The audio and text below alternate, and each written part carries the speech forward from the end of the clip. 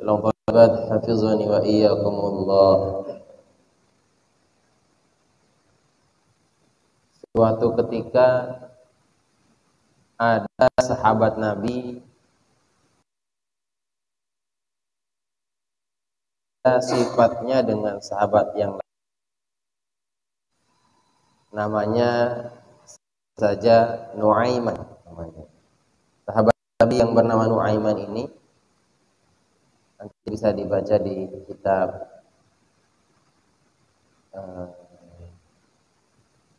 saya pernah baca di Siratis Sahabah, awalnya itu Husnul Ghabah fi Siratis Sahabah. Ada nanti di kitab itu, nanti baca.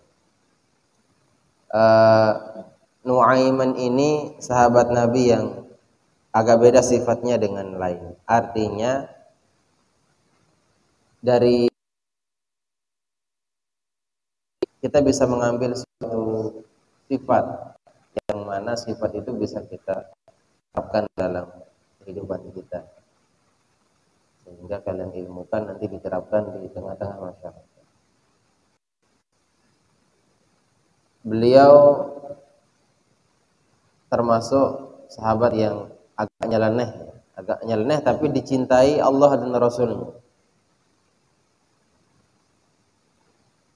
Contoh saja, Rasul mengatakan, wahai Nuaiman, engkau selalu harus berbuat jujur, berkata jujur.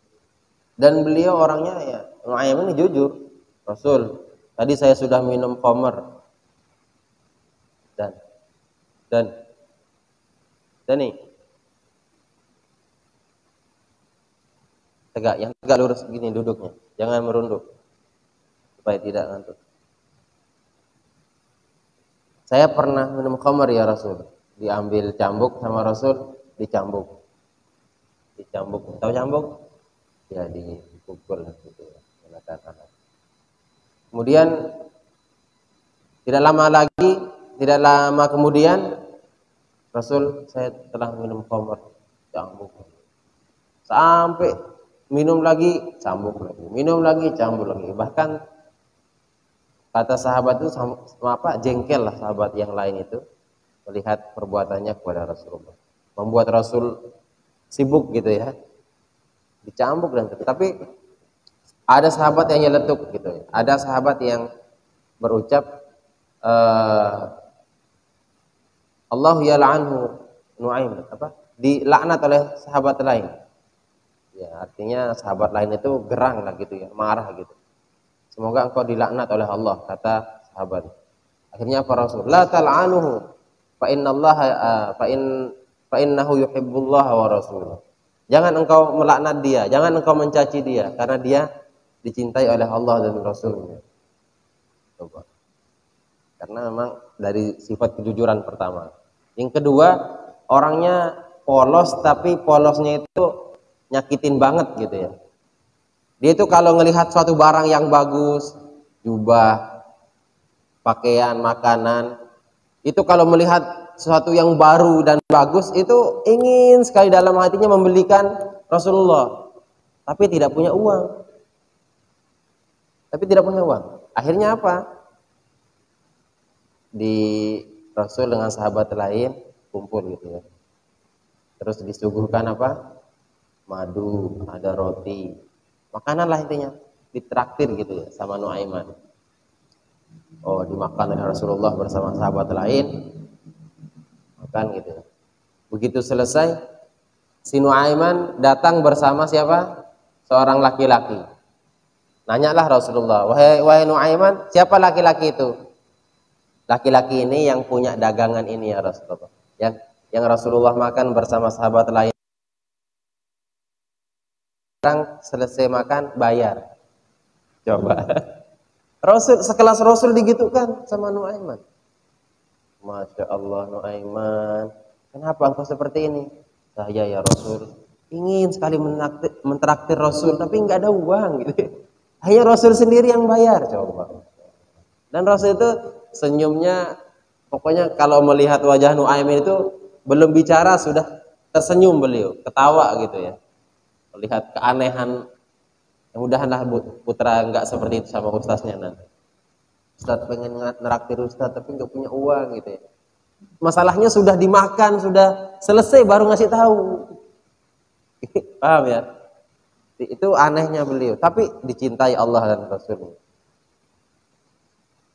Ada lagi yang lebih keren ya. Ketika si Nuaiman ini diajak berangkat berdagang oleh Abu Bakar As-Siddiq. Kita ketahui bahwa Abu Bakar As-Siddiq itu seorang pedagang yang luar biasa, yang bolak-balik keluar negeri gitu ya. Kalau bahasa sekarang itu sebentar-bentar keluar negeri, mengekspor, mengimpor dan seterusnya. Nah, beliau Abu Bakar ini suatu ketika berangkat ke Syam, izin sama Rasulullah, ya Rasulullah, saya izin membawa sahabat Nuaiman, saya mau bawa ke Syam untuk teman berdagang. Rasul mengatakan, benar bawa Nuaiman. Karena akan tahu Rasulullah itu akan buat onar nanti Nuaiman ini. Iya Rasulullah, saya mau bawa Nuaiman ini biar banyak pengalamannya, bawa ke negeri Syam. Baik, kalau gitu silahkan diizinin sama Rasulullah bawa Nuaiman. Akhirnya sampai Syam, sahabat Abu Bakar memberikan tugas sama sahabat-sahabat yang ikut. Di sana ada sahabat Uwaibid namanya udah sahabat-sahabat lain lah ya. Ini jaga nasi, jaga makanan, kamu berdagang, kamu jaga uang, yang nukarkan uang kalau ada yang membeli dan seterusnya. Dan satu orang yang terakhir Nuaiman. Kalau saya ya Rasulullah, ya Abu Bakar apa tugas saya? Kalau kamu Nuaiman, terserah kamu mau buat apa. Terserah kamu mau kerjakan apa. Oh, santai Nuaiman. Kemudian si Ibid tadi tugasnya menjaga makanan. Ya sudah siang, si Nuaiman ini lapar. Kemudian, Bid, ini sudah jam makan siang ini. Saya lapar. Kata Ibid, kita makan harus sama-sama dengan Abu Bakar dan sahabat yang lain. Kita harus menunggu beliau 2-3 jam. Tak tahan gitu. Tidak, orangnya ini sangat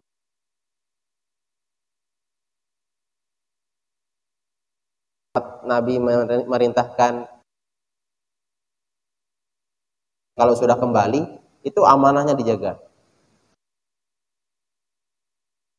Si Nuaiman, iya saya tetap jaga amanah. Ya sudah, berarti kamu membuat masalah dengan saya. Jadi, ada yang jual budak sekian ratus juta, ini 50.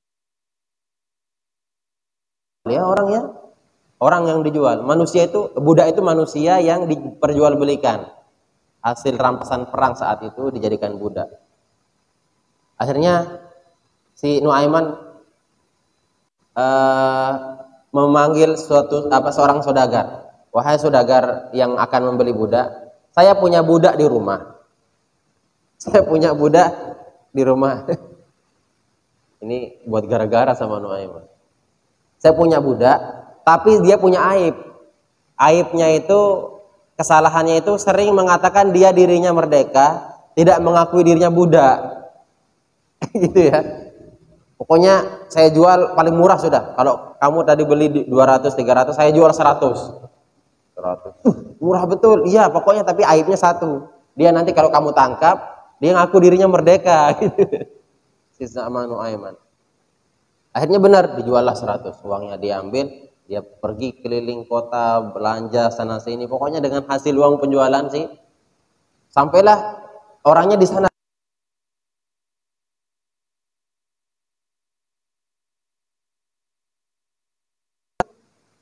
Jual temannya sampai sana, saya telah beli di tuan kamu tadi dengan harga 100. Saya ini orang merdeka. Iya, saya tahu kamu sudah aibmu itu selalu mengatakan diri merdeka padahal kamu budak.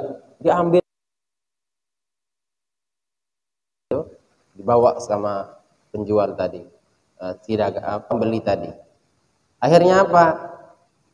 Pulang sahabat Abu Bakar. Abu Bakar pulang, ih, mana penjaga makanan ini, Ibit?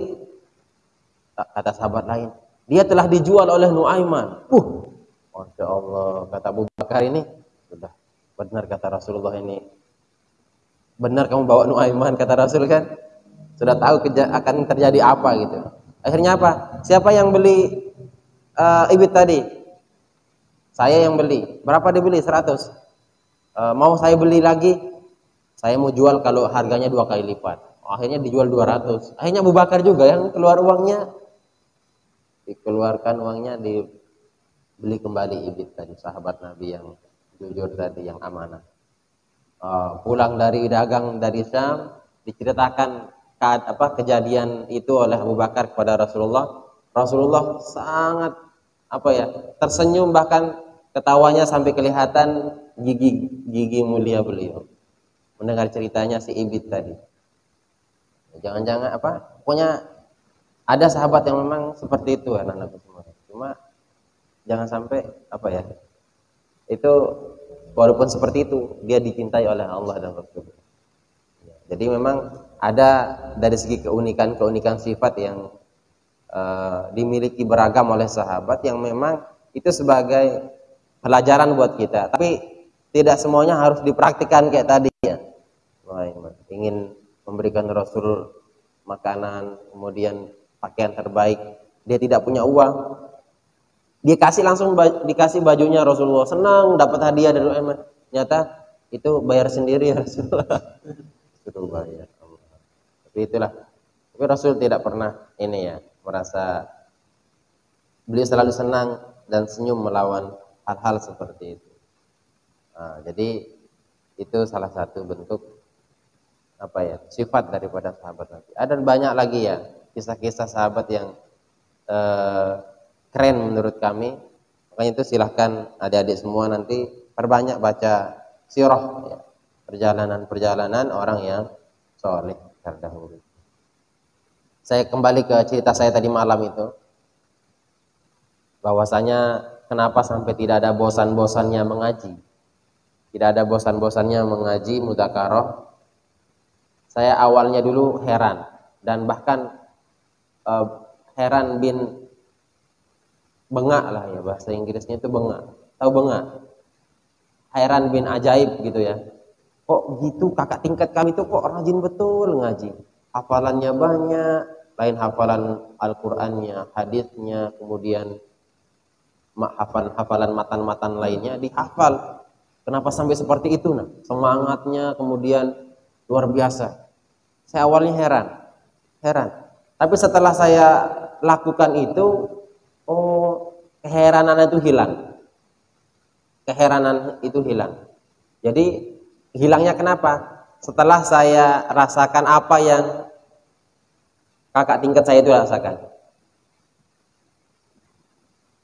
Saya lihat, ya Allah, sampai ininya sobek, Nana. Nih, sobek. Duduknya gini, di atas rehalnya gini. Duduknya seperti ini, kemudian saking seringnya buka kitab sambil menekan ini bolong. Kemudian ini bolong juga ini. Semuanya tak imanan. Tak imanan itu tahu, yang ada bintik-bintik hitam sudah biasa. Itu saking jarangnya dicuci. Atau dicuci sekali nanti keringnya satu, bajunya satu. Saking sederhananya. Kemudian dia baca kitabnya. Segini lah, kurang lebih segini. Yang itu segini yang sudah dibaca. Yang belum dibaca lebih atas lagi. Yang sudah dibaca. Dan dikuasai. Tidak berhenti berjam-jam duduk dengan asyiknya, dengan lezatnya dia mengulang hafalannya, mengulangi pelajarannya. Saya tidak heran setelah itu karena saya bandingkan dengan kehidupan kita saat ini. Saya pernah menemukan seorang santri, siswa yang pegang HP dari jam zuhur sampai asar. Tidak pernah merasa lelah. Di depan HP atau depan laptop main game. Lelah enggak dia? Tidak. Bahkan berjam-jam, bahkan sampai lewat asarnya. Enggak capek kan? Apa bedanya dengan orang yang tadi? Baca kitab, berjam-jam, duduk, menikmati ilmu yang dia dapatkan, peroleh, atau di hadapan guru ngaji. berjam-jam tidak lelah. Apa bedanya? Jelas bedanya ya.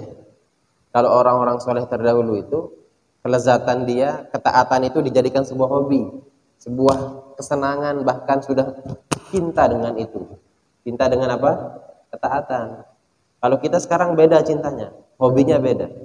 Cintanya dengan ya tadi gadget, pegang HP, main game, lama nggak terasa karena cinta sudah, sehingga semuanya mudah dan ringan saja dilakukan ketika sudah cinta. Makanya cinta Allah itu yang paling utama kita raih. Kalau surga itu nomor sekian, karena surga itu makhluk Allah. Surga, neraka, kita itu makhluk Allah. Tapi kalau cinta dan ridhonya sudah paling mahal. Karena bagian dari apa?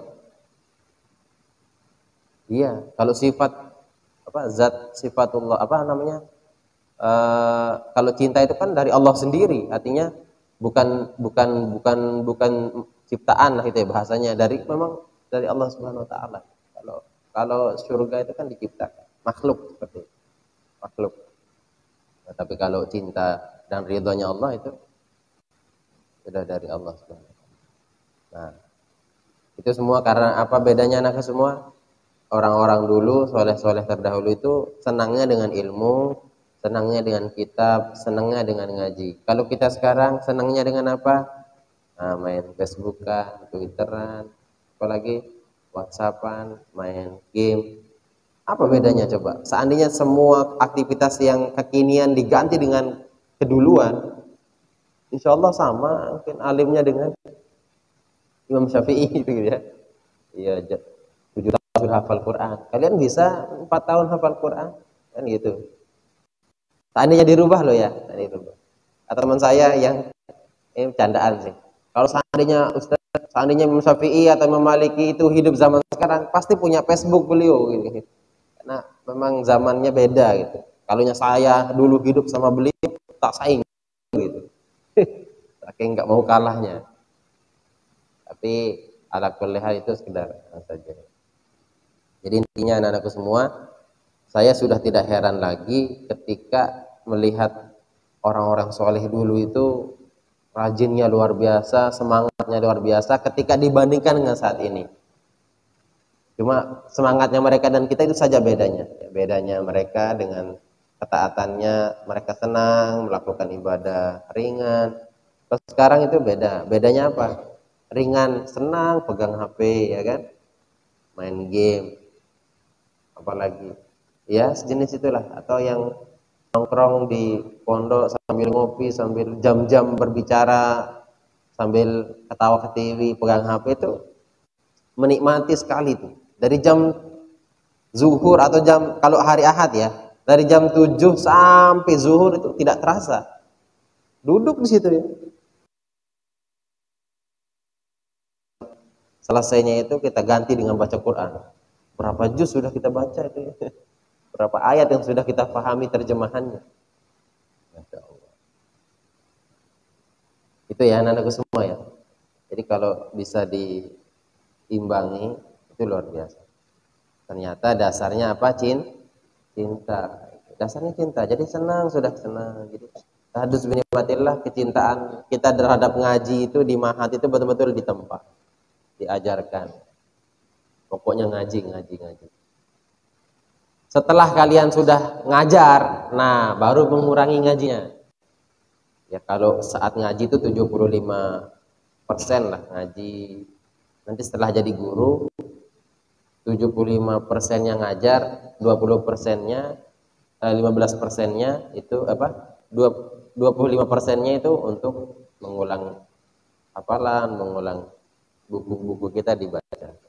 Ada waktunya anak-anakku semua. Ya dulu ya 75%, bahkan hampir 100% kita serahkan semua waktu kita untuk belajar mencari ilmu. Tapi setelah tamat lah gitu ya, setelah mengajar kan tidak mungkin lagi tuh kita berjam-jam ngaji, nanti anak istri mau makan apa kan, nanti kayak Sayyidina Umar diomelin sama istrinya. Iya, jadi wajar lah. Putri pengomel itu memang sudah fitrahnya anak-anak. Biar kalian tahu ilmunya, wanita itu pengomel. Nanti ketika kalian sudah jadi istri memang siap-siap pengomel. Pengomel yang solehah. Gitu. Pengomel yang solehah. Telat suaminya sholat, diomelin. Pak, ini loh jam berapa sholat? Bagus itu. Ya. Tapi ngomelnya yang jelas ya, yang jelas. Tapi kalau yang jelas, yang enggak jelas. Serina siapa? Dalam sebuah surah disebutkan ya, Nabi itu pernah merasa galau, gundah gulana karena perbuatan istrinya. Datang sahabat Abu Bakar itu sama Umar kan mertuanya tuh. Abu Bakar sama Umar itu adalah siapa?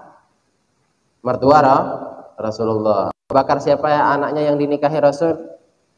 Siti Aisyah. Kalau Umar, Siti Hafsah. Siti Hafsah itu Umar, kemudian Abu Bakar Siti Aisyah.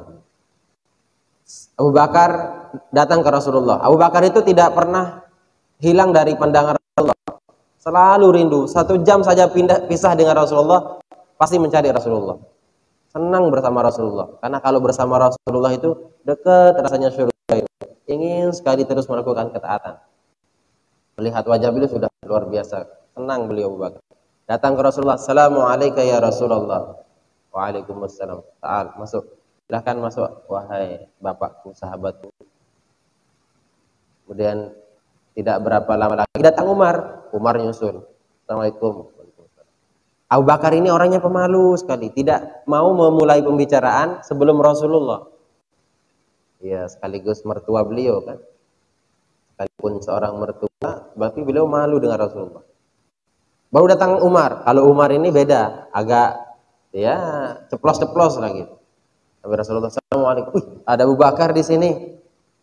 Jadi lihat Rasulullah diam, Abu Bakar diam. Diam ini. Jadi beliau langsung memulai pembicaraan. Rasulullah, saya mau curhat ini. Nah, silahkan Umar. Saya kok sudah memenuhi kebutuhan istri saya, kemudian saya telah menafkahinya dengan ma'ruf, dengan baik. Ya, saya kasih kebutuhannya lebih dari kebutuhan sehari. Tapi kok tetap ngomel ya, marah terus bawaannya, ngomelin terus. Pokoknya dia cerita keadaan keluarganya sama Rasulullah.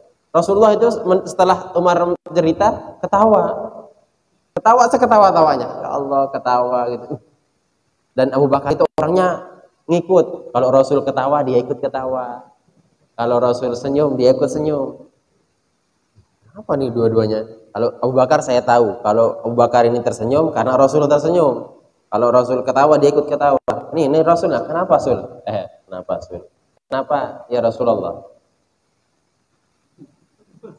Kenapa ya Rasulullah? Engkau tersenyum. Saya kok cerita sedih kok diketawain gitu. Wahai Umar, saya itu dari tadi murung, galau, sedih. Terus datang Abu Bakar juga mukanya agak sedih. Terus kamu datang ceritain keadaan istri di rumah gitu. Saya ini termasuk orang yang saat ini galau, risau, sedih karena perbuatan anak engkau berdua. Oh, coba. Perbuatan anak-anak engkau yang berdua. Abu Bakar anaknya siapa? Aisyah. Umar, Hafsah. Gara-gara anak-anak kalian berdua saya juga merasa ini galau gitu. Betapa tidak galau coba. Begitu jariahnya Ummu Salamah, istri Nabi. Karena setiap istri Nabi itu semuanya ya janda semuanya. Istri Nabi itu semuanya janda. Satu yang perawan, Siti Aisyah. Ummu Salamah, Siti Khadijah, Siti Fatimah. Siti Khadijah, kemudian Siti Ummu Aiman. Pokoknya semua istri Nabi yang 11 itu ya. Itu semuanya janda. Istri pertama beliau janda. Nah, ini Siti Aisyah ya. Aisyah ini pencemburu banget. Girrah itu dalam bahasa Arabnya itu cemburu. Jadi memang pembawaan wanita itu cemburu. Akhirnya apa? Beliau lagi masak, lagi umur 14 tahun. lagi betul-betul semangatnya masak lah, belajar masak untuk dikasih ke Rasulullah. Masakan spesial khusus Rasulullah. Begitu matang, datang jariyah, seorang budak utusan Abu Salamah, Ummu Salamah. Ummu Salamah itu terkenal dengan masakan yang lezat. Setiap istri Rasul itu punya kelebihan. Kalau Siti Khadijah itu kelebihannya cari uang, cari nafkah, cari uang. Kalau Siti Khadijah zaman sekarang itu pintar cari uang, cari ke kantong suaminya. Dimanapun suaminya nyimpen, tahu aja tempatnya. Itu wanita pintar cari uang. Kalau beliau Siti Khadijah ini betul-betul mencari, artinya ya mendapatkan gitu ya dengan hasil usahanya. Singkatnya, datang jariyah itu, tok-tok, Assalamualaikum ya Rasulullah. Dibuka pintunya, Siti Aisyah di belakang. Ini apa? Ini masakan dari Ummu Salamah. Mendengar itu oleh Aisyah, datang. Itu apa? Ini ada masakan dari Ummu Salamah. Dari madunya kan? Kemudian kata Aisyah, dikembalikan atau saya pecahkan piringnya? Dikembalikan sayurnya atau saya pecahkan piringnya? Jariyah ini takut kalau saya kembali dimarahi sama Ummu Salamah. Itu juga istri Nabi. Di sini saya kalau enggak kembali, istri Nabi yang marah. Ya apa ini? Akhirnya apa? Siti Aisyah itu enggak sabaran, ambil piringnya sama isinya dipecahkan. Kemudian apa? Yang dimasaknya itu diambil, ditumpahkan. Kemudian si jariyah ini terpaksa harus pulang. Pulanglah dia. Rasul bagaimana sifatnya yang mulia? Beliau dengan rasa tidak, karena tahu istrinya marah. Kata Siti Aisyah, hari ini tidak ada lauk. Di Ummu Salamah batal, yang saya masak batal. Wow, gitu kan? Akhirnya Rasulullah itu apa? Dengan senyumnya, dengan senangnya, Siti Aisyah masuk kamar. Rasul mengambil sisa-sisa makanan yang jatuh dengan penuh penuh ya, karena beliau memahami lah, penuh pemahaman. Diambilnya sisa-sisa yang dian itu, ditaruhnya, barulah beliau mengatakan gorot ummuka, ibu kalian sedang cemburu, jauhi dia, jangan dekati. Dikatakan sama para pembantunya, ya pembantu bahasa dulu ya, ahlus suffah. Jadi Rasul itu pernah juga lah seperti itu. Bukan Sayyidina Umar saja ternyata yang diomelin sama istri. Jadi di balik pengomelan itulah ladang pahala bagi kita untuk bersabar. Jadi kalau kita sabar, ini bagi yang belum nih, nanti kalian rasakan. Ini bukan curhat ini ya, bukan curhat. Tapi kalau sekelas Sayyidina Umar atau sekelas Nabi saja seperti itu, apalagi kelas model potongan kita kan, Masya Allah. Artinya apa, anakku semua? Itu manusiawi. Bagaimana tinggal kita mensikapi. Nah, sikapnya itulah sekarang dipelajari, nanti dipraktikkan. Keren pokoknya kalau berbicara tentang sifat Rasulullah itu. Aisyah, ada sarapan hari ini? Oh, tidak ada ya Rasulullah. Oh, kalau gitu saya puasa ya. Puasa dengan penuh, mukanya itu beliau tidak marah, tidak ada penyesalan, tidak. Senang pokoknya. Aisyah, ada sarapan hari ini? Belum ada ya Rasulullah. Oh, gitu kita masak sama-sama yuk. Beliau menyingsingkan bajunya, masak sama-sama dengan suami. Keren kan? Kalau laki-laki yang nggak pernah belajar, ada nasi nggak? Nggak ada. Tendang piring, tendang melayang sigon, panci, atau pintu ditendangnya. Apa salahnya coba pintu itu, ya Allah? Saya menikahi kamu harus masak dong. Apa marah gitu? Kalau laki-laki yang belajar, yang soleh seperti kalian, itu pintar masak kan di pondok juga. Ya, yuk kita sama-sama yuk. Kita bikin masak oseng-oseng gitu. Jadi enak. Nanti putri istrinya tinggal terima beres kan. Tapi jangan istrinya mentang-mentang suaminya pintar masak sudah mondok kan. Giliran masak sekarang gitu. Nyuruh gitu. Enggak bagus itu. Sama-sama. Nah, itu ya sedikit tentang dan banyak sekali. Kalau kita bicara tentang itu anak-anakku semua, saya itu merasa malu ya. ketika nanti di akhirat sana, yang tahu diri kita adalah, yang paling tahu diri kita adalah diri kita masing-masing. Kita bayangkan nanti di kumpulan orang-orang soleh, Rasulullah, sahabat Abu Bakar, Umar, Utsman, Ali, kemudian para habaib, para cucu-cucu Rasulullah, para waliullah, para ulama, maulana, syekh, dan guru-guru kita semua kumpul.